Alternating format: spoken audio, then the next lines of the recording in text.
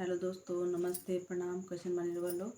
आशा करते हैं सब क्यों अच्छा हुई, स्वस्थ हुई, मस्त हुई, अपना अपना काम में व्यस्त हुई। तो चलिए रोशनी के बीच में एगो हम भसुर गुर हथनी गीत लेके आयल बने।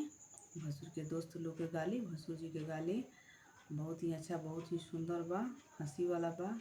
चलिए सुनी सब है। और आप पर प्यार दुआ आशीर्वाद धन मत बुलाएम लोगिन। और कमेंट बॉक्स में जरूर बताएम लोगिन कि ई गाना रउआ लोगन के कैसन लागल। ऐसा बाराती न देखे अभी तक, जिया करे धका धक।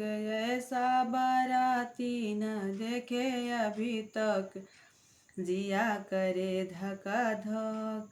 केहू के एक पैर, केहू के 1.5 पैर, केहू के एक पैर, केहू के 1.5 पैर, केहू के एको ना चले टपाटप, जिया करे धका धक। ऐसा बाराती न देखा अभी तक, जिया करे धका धक।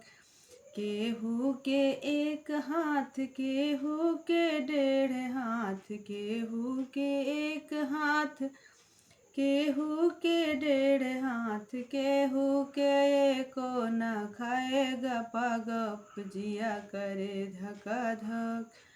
केहू के एको न खाएगा पागप, जिया करे धका धक। ऐसा बाराती न देखे अभी तक, जिया करे धका धक। केहू के एक आँख, केहू के 1.5 आँख, केहू के एक आँख, केहू के 1.5 आँख, केहू के एको ना ताके टकाटक, जिया करे धका धक।